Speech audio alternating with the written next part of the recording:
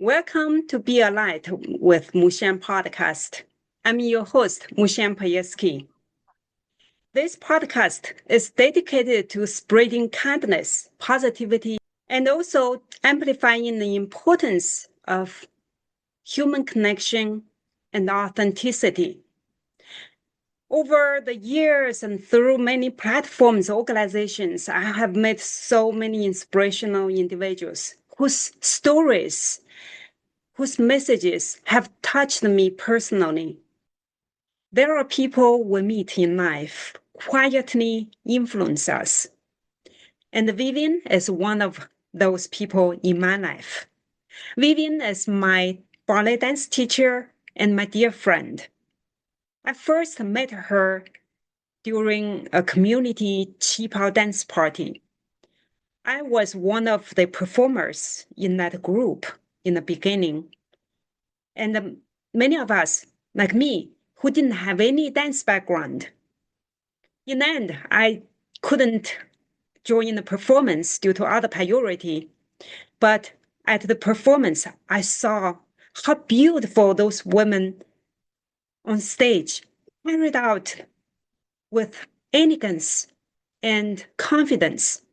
I was wondering, how could she do that in such a short time? She transformed this woman as if they transported from a different stage.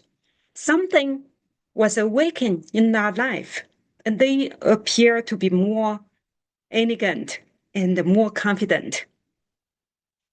Then, during COVID, I met her again. That time, she offered free dance class for the community.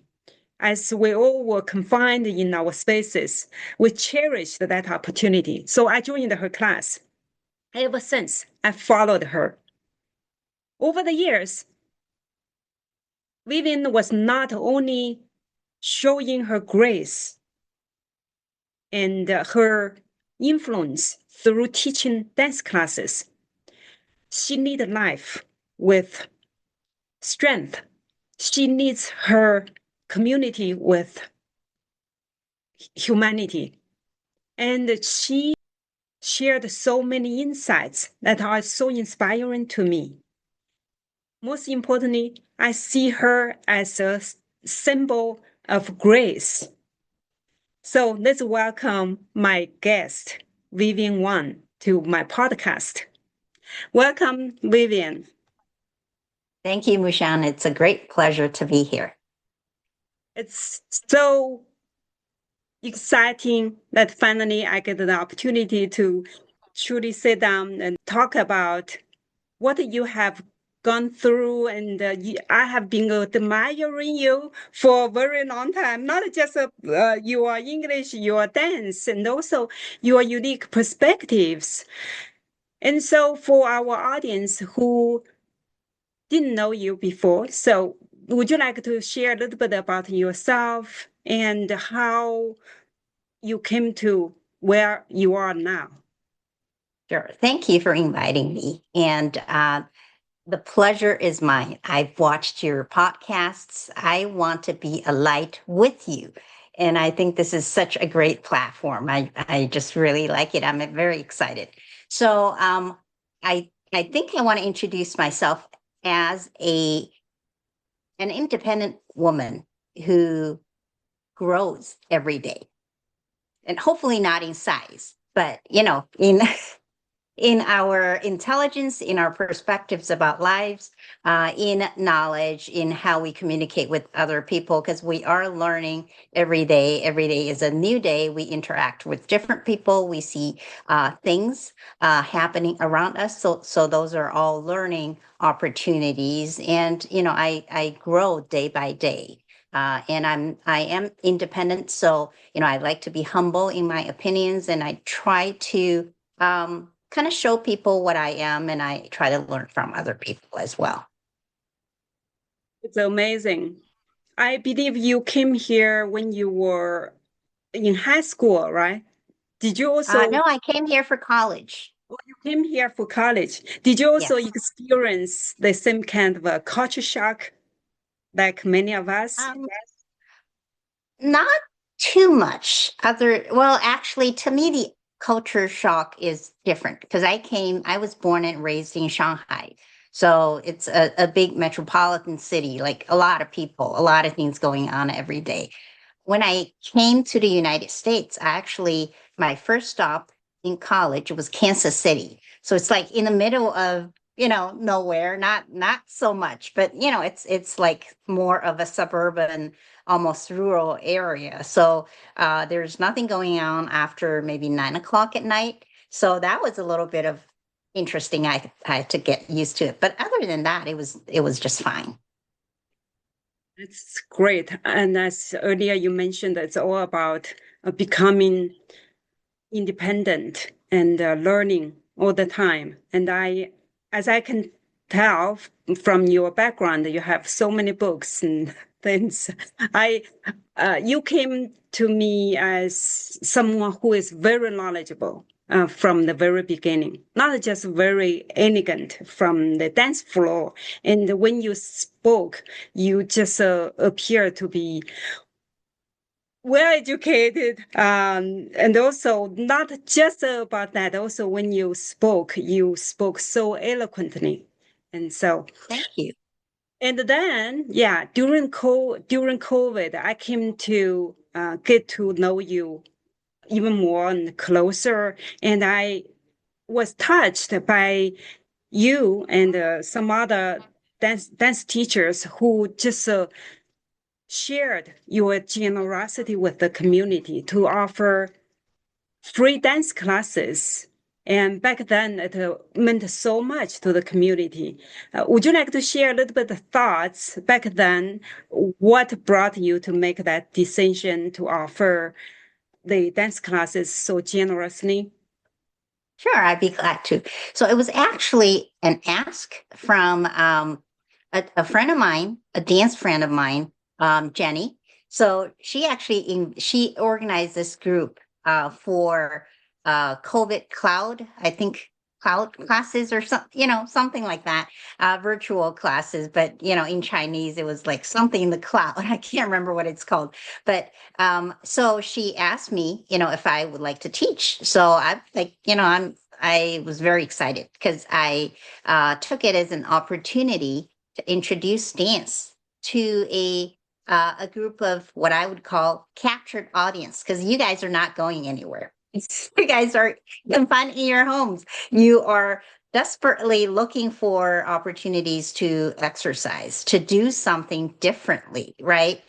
Even in your home. So it was actually great.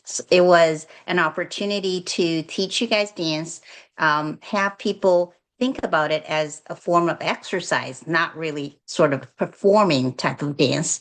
And it was an opportunity for me to work out as well because I was confined in my home as well during that time. So it was a win-win situation. I didn't really see it as sort of a endeavor that was so challenging for myself. I actually really enjoyed, and I met a lot of good people. Yes, that was an amazing platform. I'm so grateful for Zoom, for online apps back then during COVID. Truly made us closer and brought people closer in that sense. And and also you truly brought women like me to dream to be on stage sometimes, especially for ballet. I thought it's such a hard dance form that you can take, but because you offered online, there was no requirement. Actually, it's less intimidating to get into it. So now many of us truly enjoy just being in a dance class, but at the same time, embracing the true self. We don't have to compete with the professional dancers. But That's right. Especially for dances like ballet, it is really to build your foundation. So it is the muscle tone, your core strength, and also it has to do with your mental strength as well, because it's discipline. You got to, do it if not every day, maybe, every week, but it is something that is built, one step at a time.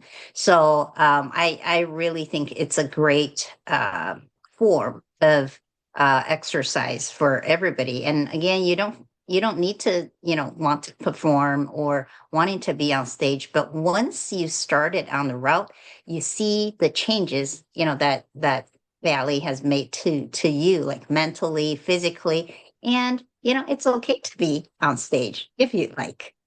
Yes. Yeah, it's good to help many of us reach our like online, oh no, on stage performing dream. So thank you for offering that in the first place. Also, I can tell, obviously, you have a huge passion for dance and also for teaching. Recently, you made a huge change. And I knew that you had a successful career in the corporate space, but you made a big transition lately. How did you manage this transition? Well, I want to say the choice was actually made for me. So it's not like I quit my corporate job to pursue my passion. Um, it was, my corporate job wanted to centralize their locations. So my job, along with a lot of other jobs, thousands of jobs, were moved to a different state. And I already decided I didn't want to go. So that's when I needed to make a decision. Um, do I look for another job, another corporate or full time job, or do I want to do something else? So the choice comes in the latter part. Now, I was also lucky enough that I knew about the upcoming changes. I think early enough, I had almost a year of sort of mentally preparing for this to happen. So my company was, um, you can say they were kind enough to kind of file 3 exception reports for me to ask me to stay, extending my time so so that they could find someone to fill my position. But so eventually, yes. So eventually, they hired someone from another company that took over my position in another state, and I kind of coached that person to fulfill that job.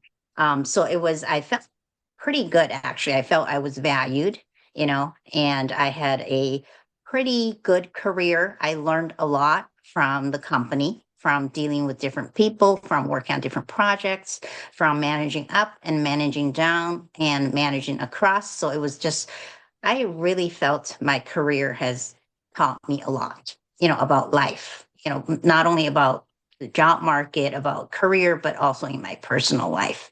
And then but of course, when you know that you're not going to have a full-time job that you've had for many, many years, almost 30 years, you have to prepare for it. And, you mentally prepare for it, and then you financially prepare for it. So I didn't really do anything different financially. I just, I interviewed 3 financial advisors, and I finally chose one. And we went through my kind of financial status, the current income, savings, future income, talked through all about that, monthly expenses. And then I was able to decide that I should be okay for now without looking for a full time job. I should be able to teach dance and maybe do something else that I like without having to worry about, bringing in money every month to cover my expenses. So I'm lucky enough that, I didn't have to kind of worry about bread on the table. But, I'm also only making a fraction of what I used to make. So it is an adjustment. Yeah, well, that just tells how gracefully you responded to the situation that either you accepted in a way confidently, like how you handled, or some people could be frantically and be in panic. I believe that's something to do with what you shared from your intro, your introduction, as you become a very independent woman. And I I couldn't be equipped like that to handle a huge transition like that so gracefully and so calmly. And so, did your past experience actually prepared you for that? As you said, yeah, definitely to prepare for that. Did your marriage, and because I'm your friend, you shared that you have failed. I don't want to say failed. You had to end the marriage. How did you handle that part of life when you were younger? Handled it calmly as well. I Well, I have am. to say, a lot of people think the ending of a marriage or divorce is, Mhm. sometimes people think of it as a failure. Other times it's a challenge, or, some negative sort of, connotation to it. I think of it as a choice.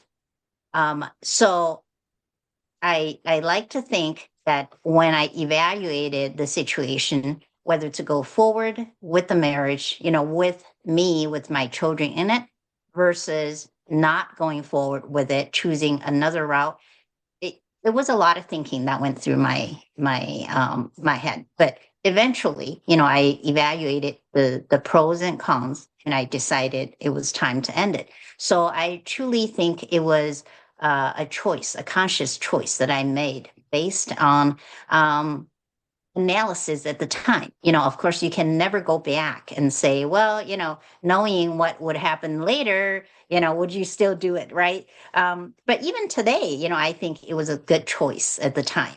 And you just have to kind of think through what you really want and what you don't want, think through what your objectives are, and be prepared to take the worst situation. If you are prepared, even the fact that it comes, then you can make that choice.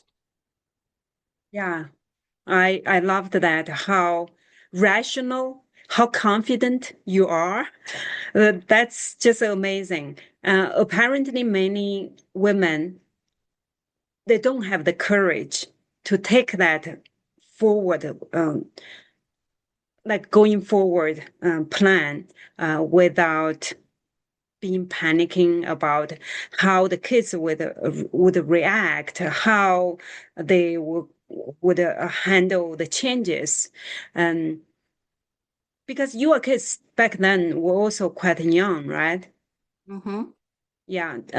But as you said, just evaluate the situation and see what what's the worst situation, and if you can handle it, then Right. take the bold move. And I Yeah. loved And that. I Yeah. also talk to my kids as well. So you Yes. can't treat them like children, Yeah. like I know some parents, especially the Asian parents, Yeah. tend to hide the bad things from the kids, right? Because they don't want them to be exposed. They want to protect the kids. But I think communication is very important. You got to tell them this is where I'm at right now. This is what we're doing right now. And this is why I made the decision. And this is how we're going to go forward. So they may understand some of it. They may not understand all, but you go through life with them and you kind of try to lead by example. So and I don't want to say that I'm like a perfect example, but you show them how how you do things, how you fail at things. You show them your thinking process as you try to make decisions, and so they learn with you. Yeah, including them in the process as a That's team. right. It That's right. definitely worked.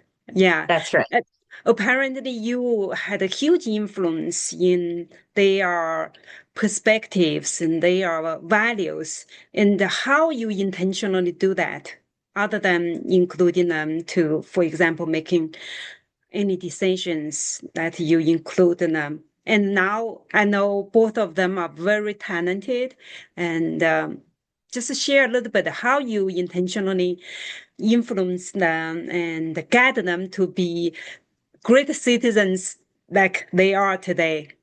Thank you very much. Well, I don't think they're extraordinary. They're just normal people. They're just like any, young people that you meet today on the street.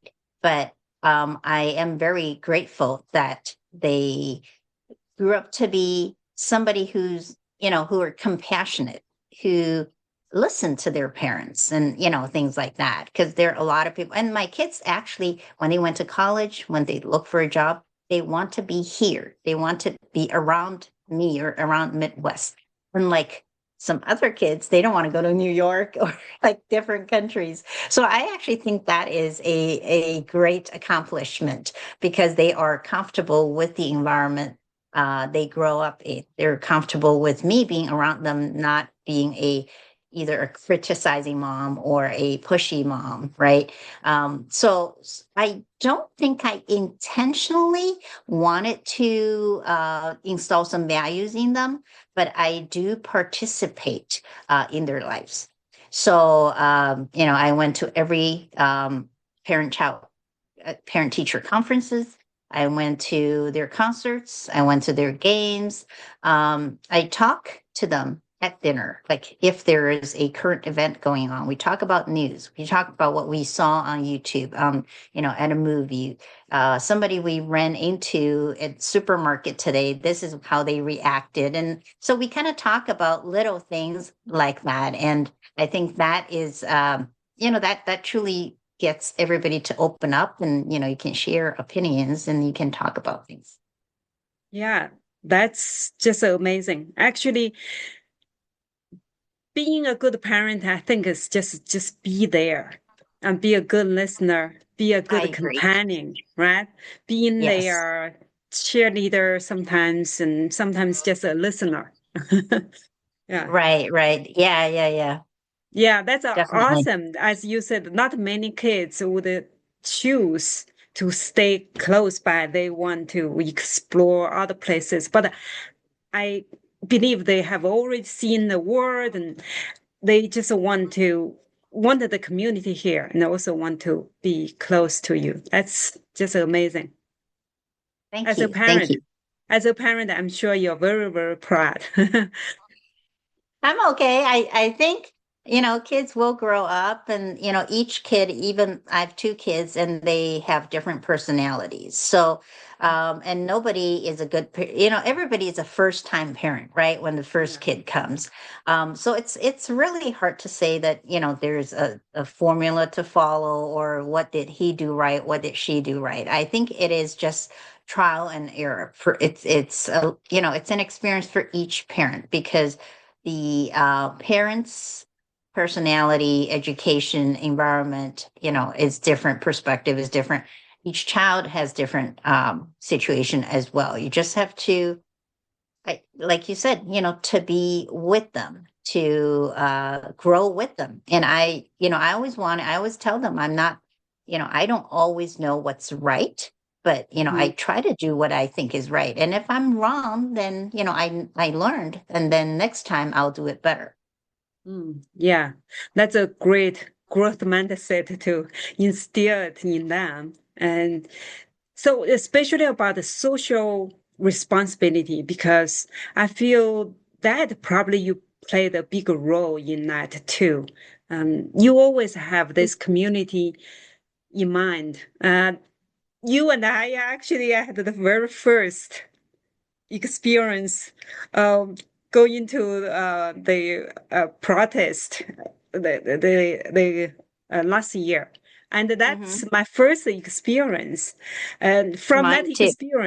from that experience, actually, I can tell you have so much passion for the community and also have such a strong sense of responsibility. And I loved that. I believe your kids also learned that from you. Thank you. Would it be embarrassed to say that every time it's always someone else who initiated it and pushed me into those services? But of course, I welcome them. I like them. But I think, um, my view, just like, we were young and ignorant and arrogant once, right? Most young people had that period of time in their life. So I was too, I was young once. But as we live our life and got to know good people, influential people like you, I think it was the community, the people in the community that have reeled me in. They really pulled me in and showed me this is what you can do. This is what we've done. And so slowly, as they pull me into it, I saw the value of it and I enjoy doing it. And gradually, I opened up and I tried to do more. And I tried to also use my strength to help, because I think there's only 24 hours, during the day, even if there's so many things that we want to do that are for a good cause, for the community, we're not able to do all of them. So you really have to pick and choose. And I would like to take every person as every person's time is valuable. So we want to use our strength to help where it's needed most, right? So that's where, again, my rationalization comes into play a little bit. I cannot be at all of these events, but which events can I be that I can share that I have good knowledge, I have good skill that I can make the most impact? Yeah. Is that's why you also studied coaching and mentoring while Yes. you are teaching the dance classes? Yeah, because that was actually a surprise for me because when I uh, retired from my corporate job, that was not on my radar. But then over time, I have friends, students, or just people who I ran into in my life at grocery stores or furniture stores. They're like, you would be great in doing this type of thing, because you have such good insight. I would like to talk to you more about that. So that really, got me going in terms of thinking, oh, perhaps that is another strength of mine.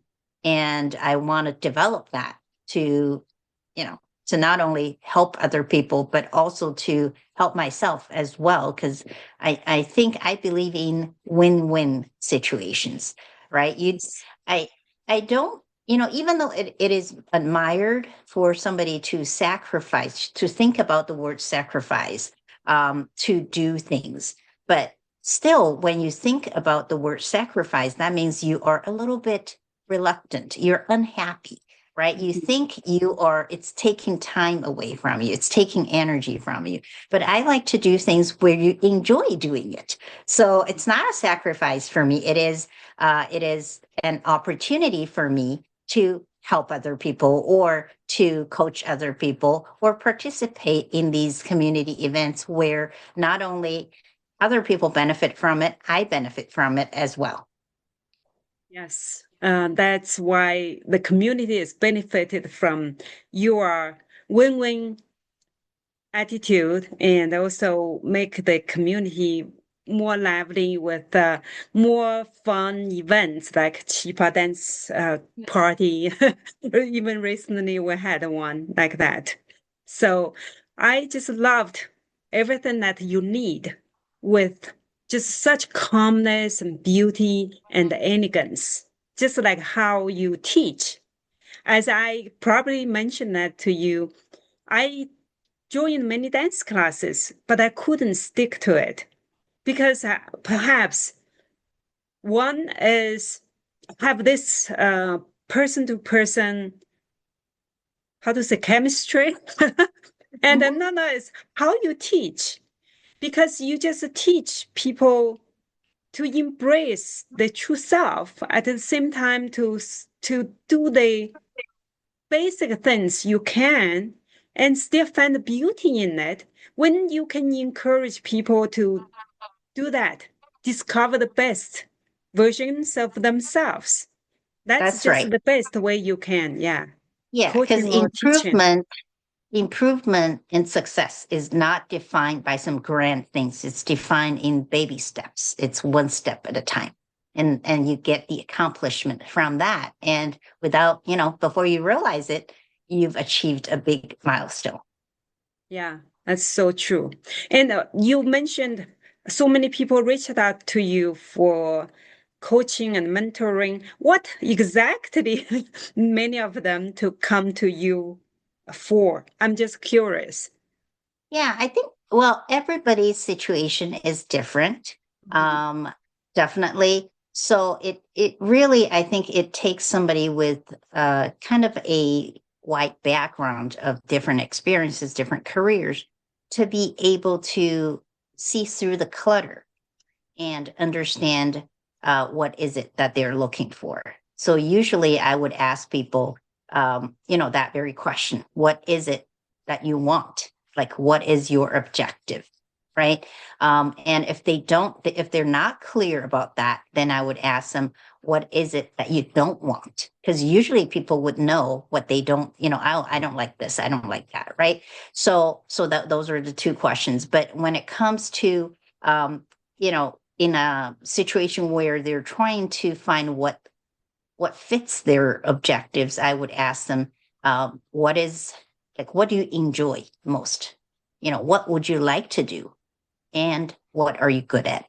So those two are the two very important criteria when you determine whatever, if it's a hobby, if it's study, if it's school, if it's career, or if you're changing career, you got to find uh, what you like to do and what you're good at. And that's how I coach my kids as well, for their college application, their majors, when they consider their careers as well. Yeah, that's awesome. As you are aware, my podcast is Be a Light. So I'm sure many people, if they experience what you experience, like in the struggling with the marriage or transition in a career, and they may be not be able to make a clear decision. And do you also use those questions if you are going to help them? Absolutely. Absolutely. It may not be in those words because it would Yeah. take, many conversations to understand what is it that we are looking at. But I would definitely ask them to think about whatever experience that they're having trouble with. What, what part of that experience are they having a challenge with? Do you not like this or that within this, whether it's marriage or career or something, or communication with a person, right? Tell me what you don't like about it, and tell me what you love about it. What gets you, up every day? What do you like to do? That type of thing. So coaching is really about conversation. You got to Yeah. have a two-way conversation, and you also it is about trust. The person who's asking for advice really needs to trust that the coach is thinking about these scenarios on their behalf in their best interest. Yes. Yeah. Trust and the conversation and feeling safe to share whatever they may not be able to share with others. Mhm. That's Yeah. important. Yeah. But there is a difference, though, between a coach and a therapist, right? Mm, yeah. So I'm not a therapist. So a Hmm. coach, you are actually pushing them to do things. So, once we get through the initial stage of understanding the scenario, understanding what's troubling them, understanding what is the best path, then you got to lay out concrete plans, those baby steps, those milestones, for them to kind of go forward with. So you kind of, and you are, it's like a sports swimming coach, like a sports coach. You gotta, bring out your whistle. You have to, you have to push them a little. Now the steps or the action plans can always be adjusted, but you Hmm. need to have an action plan in order for them to get out of their current stage of confusion. Yeah. Definitely. Thank you for sharing the explanation of the difference between coaching and mentoring or therapy. Yeah, that's true. And again, I come back to my topic as a be a light. I usually ask my guests, what does be a light mean to you? If you don't mind share. That is a very hard question. I have to think about it. Um, I think be a light, meaning that person or that symbol is always there. So it is sort of this North Star, right? So no matter what I do, even if I felt today, I failed today, or I'm feeling sad and depressed, or I gambled and won a lot of money, or whatever situation you're in, that light is always there. So to me, it is a guiding light. Mm. Yeah, thank you. Everyone interprets it differently, but thank you Hmm. for sharing your perspective. And I always loved your insights in so many ways. Thank And you. so, do you have any other messages you would like to leave with our audience? I don't have any messages with audience, but I want to say that you have been a light for me.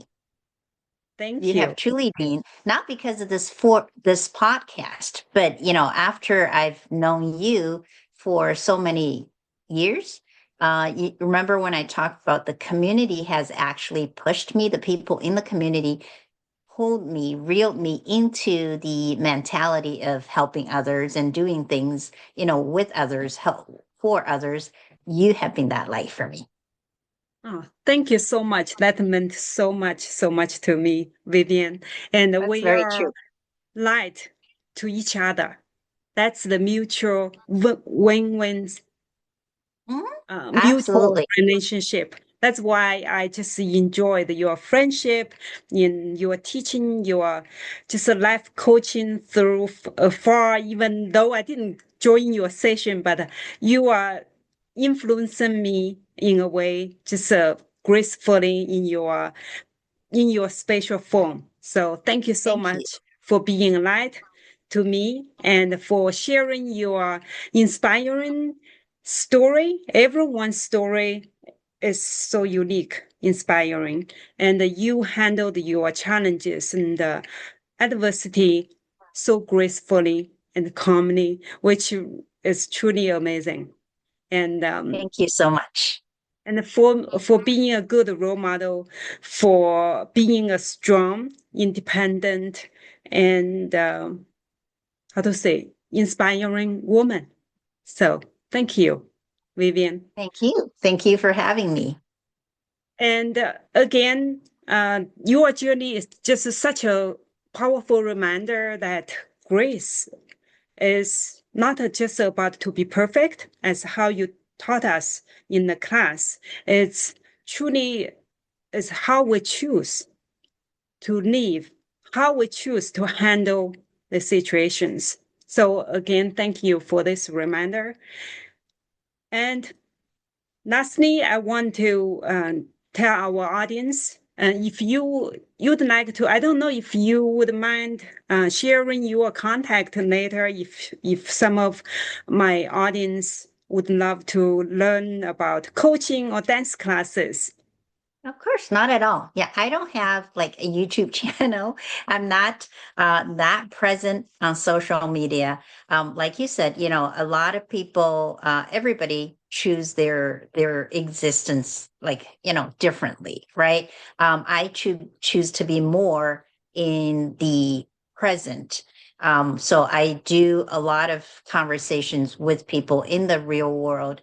I am kind of on the digital platforms, but I'm just kind of maybe looking at others, but not so much kind of promoting myself or, doing that.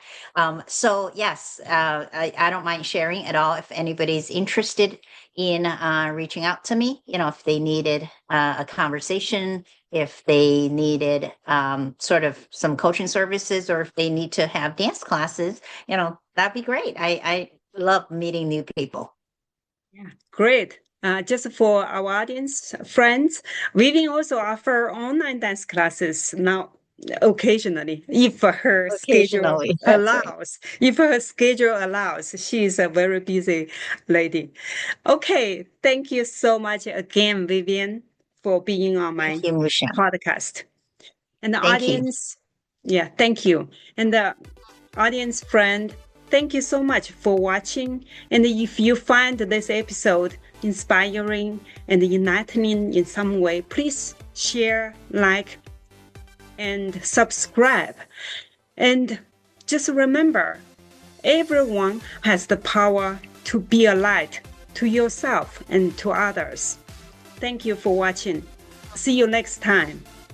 Bye.